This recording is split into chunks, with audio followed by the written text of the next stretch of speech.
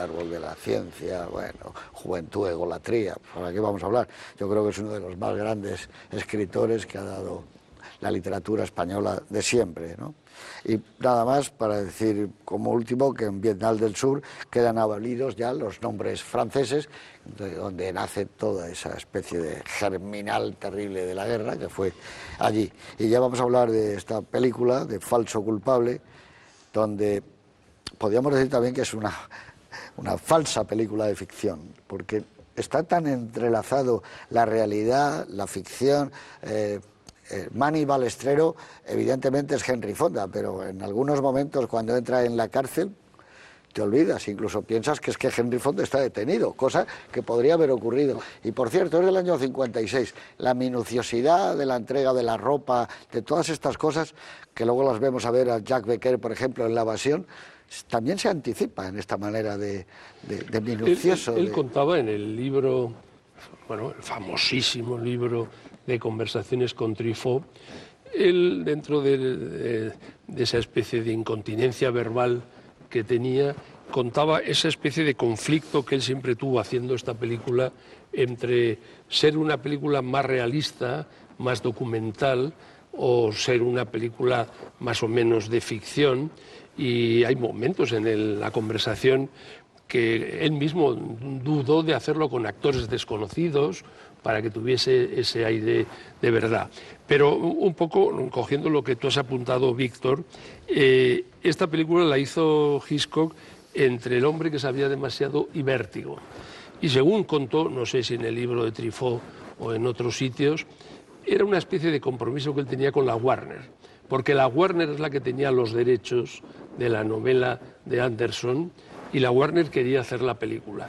Y él, no sé si porque tenía un compromiso con la Warner o porque tenía una cierta lealtad a la Warner, se metió en este proyecto, pero un poco casi obligado.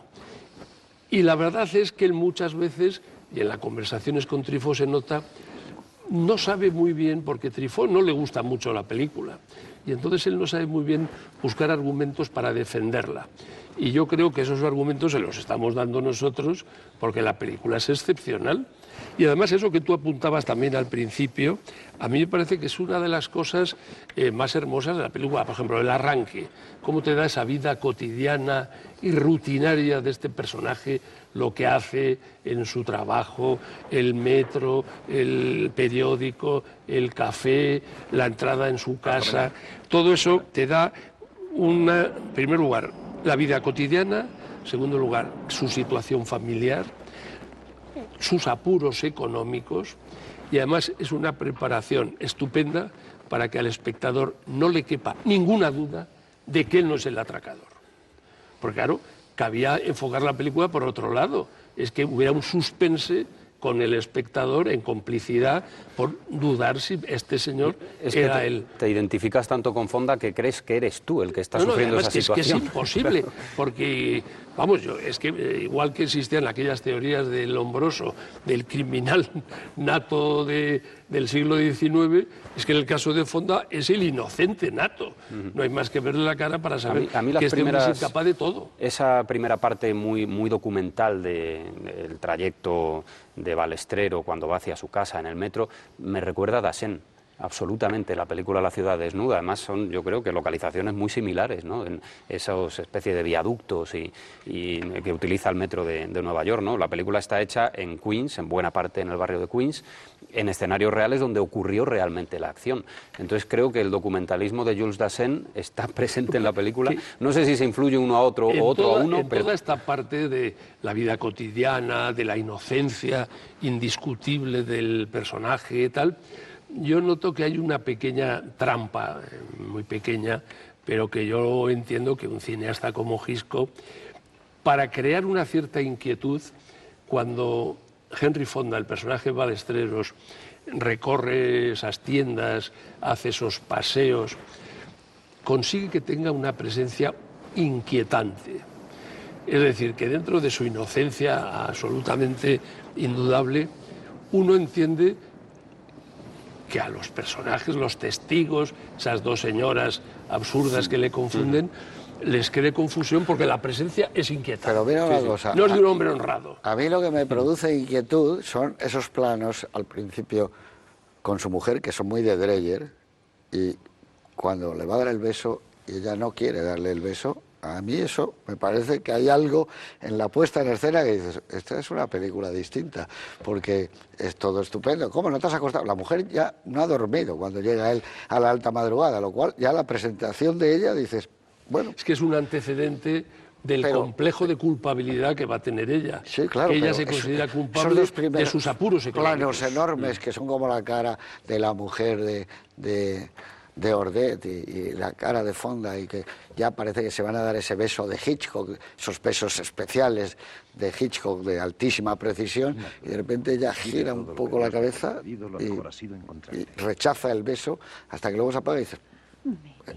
Es que ahí está, yo creo que ahí empieza una película y empieza a apuntar el complejo de culpabilidad. Yo creo que hay un elemento de la película, es más que nada ni que de suspense, es inquietante. Yo creo que tiene una hipótesis inquietante que a cualquiera nos podría pasar, el que alguien nos identificara erróneamente como los que habían estado en un sitio, y yo creo que más que identificación con el personaje, lo que te identificas es con la situación, porque a cualquiera nos podría pasar, y sobre todo no creo que nadie podamos decir lo que estábamos haciendo a tal hora hace un año o algo por el estilo. Entonces es la típica cosa que como alguien te identifique, y sobre todo si son más de 2 testigos y digan que tú estabas allí, que eras el señor que atracó, te verías en un aprieto.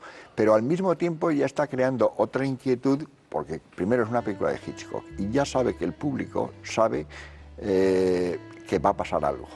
Entonces tú empiezas a ver la película con un señor que está tocando el contrabajo en el Store Club y que recoge y emprende su camino de vuelta a casa, y ya se está viendo eso con una cierta inquietud, porque sabes que está pendiente, es decir, suspenso, algo que va a suceder, y no sabes qué y tarda en ocurrir. Y luego llegas a la casa y lo primero que notas es algo raro, efectivamente, con el personaje de Vera Miles, que es otra fuente de inquietud, que en el fondo es la inquietud más grave y más duradera de toda la película, que es la enfermedad psicológica de Vera Miles. Entonces yo creo que ahí lo que ha ido haciendo, que es muy típico de Hitchcock y que es fundamental, el ritmo absolutamente increíble que tiene la película todo el rato. Yo creo que es una de las composiciones musicales y de montaje más increíbles que ha logrado nunca, en la que tú ya estás metido en la película a los 5 minutos y cuando todavía no ha pasado nada, pero ya intuyes que algo tremendo va a ocurrir. Yo creo que eso es la habilidad, que bueno, le puedes llamar mago del suspense o de lo que quieras. Ahí veo yo la primera gran ruptura de Hitchcock hacia sí mismo. Yo la encuentro en la información que se da al espectador. Normalmente Hitchcock le da al espectador información que el personaje no tiene. Los personajes de la película no tienen la famosa anécdota que él cuenta siempre de la bomba que va a estallar. El espectador sabe que va a estallar y ya hemos creado una situación de suspense, ¿no? Y en este caso es todo lo contrario. Nosotros tenemos exactamente la misma información que el personaje y nos va ocurriendo todo a nosotros como espectadores igual que a Balestrero, ¿no? Y nos va sorprendiendo, claro, hasta que no aparece la señora de la oficina de seguros. Esa incertidumbre que tenemos de qué va a ocurrir, pues no se plasma en la realidad, pero ya con esas caras que empieza a poner en la ventanilla, ya sabemos que ahí se le está identificando mal con alguien que ha hecho algo, ¿no? Yo creo que aquí juega más que con el suspense, que en el fondo es lo que tú has dicho. La técnica del suspense es dar una información al espectador que el personaje no tiene. Aquí yo creo que juega más con la angustia. Lo que trata de retratar es la angustia de un ser humano que se ve acusado de un crimen y que no puede hacer nada, porque entre otras cosas, aunque esto ya nos llevaría por unos derroteros jurídicos que no es el caso, es que aquí lo que tiene que demostrar es su inocencia. Claro, claro. No tiene que demostrar los demás su culpabilidad. Esa es la perversión, claro. Que la perversión es que aquí parece ser que lo que se presume es tu culpabilidad. Hay un elemento que es muy raro, en el fondo, es que esta película, yo mientras la veo, pienso continuamente en el proceso de Kafka, que es una película de alguien que es inocente, que no sabe de qué le acusan, porque cuando además le detienen, ni él ni se imagina, ni se le pasa por la cabeza que pueda ser sospechoso de nada, y que encima va viendo que poco a poco le van construyendo una acusación los testigos declaran en su contra, los testigos de su parte resulta que todos se han muerto y han desaparecido.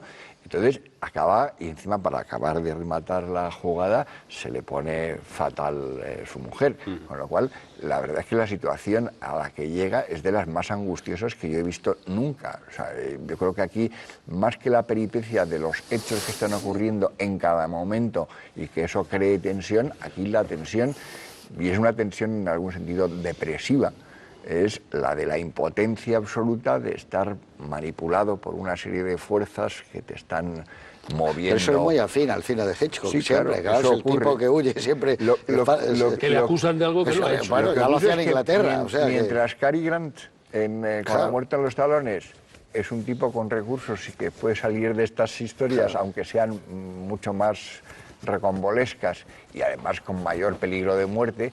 Aquí, bueno, pues Henry Fonda es un señor normal, un músico muy modesto y que no tiene ni la seguridad en sí mismo ni la capacidad, digamos, de improvisación que tiene Cary Grant, y que para mayor Henry toda la seguridad que él pudiera tener la va perdiendo. Incluso la falta de medios económicos, que normalmente los personajes de Hitchcock son gente más o menos acomodada y no suelen tener problemas materiales, aquí al contrario es un personaje oprimido por las deudas y por la necesidad de pagarlas, etcétera.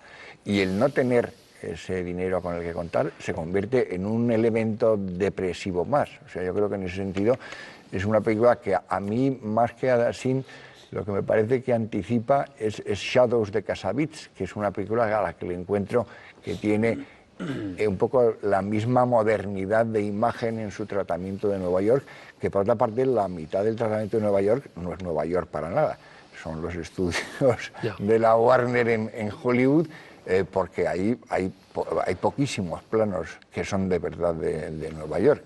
Hay unos cuantos exteriores y casi todos los edificios están reconstruidos como siempre hacía Hitchcock. Meticulosamente. Algunos exteriores son de Nueva York, el metro es Nueva York, el Stork Club es Nueva York, en fin. El hospital psiquiátrico también. Sí, el de Queens. Hombre, el Stork Club hay hasta un letrero agradeciendo... A Billy Billistein, que era el famoso dueño del Stork Club. Quiero decirte que el número de planos que realmente son de Nueva York son muy pocos, pero esa es la habilidad del cine, que con unas 4 pinceladas te crean la sensación de... No, además que la sensación de la película es que es verdad. Citas a Cassavetes, que es cierto, pero yo no sé por qué tengo la sensación de que de alguna manera a él le influye mucho Rossellini, y esta es una película rosselliniana. Sí, es muy Rossellini. Tiene mucho que ver con Viaggio en Italia.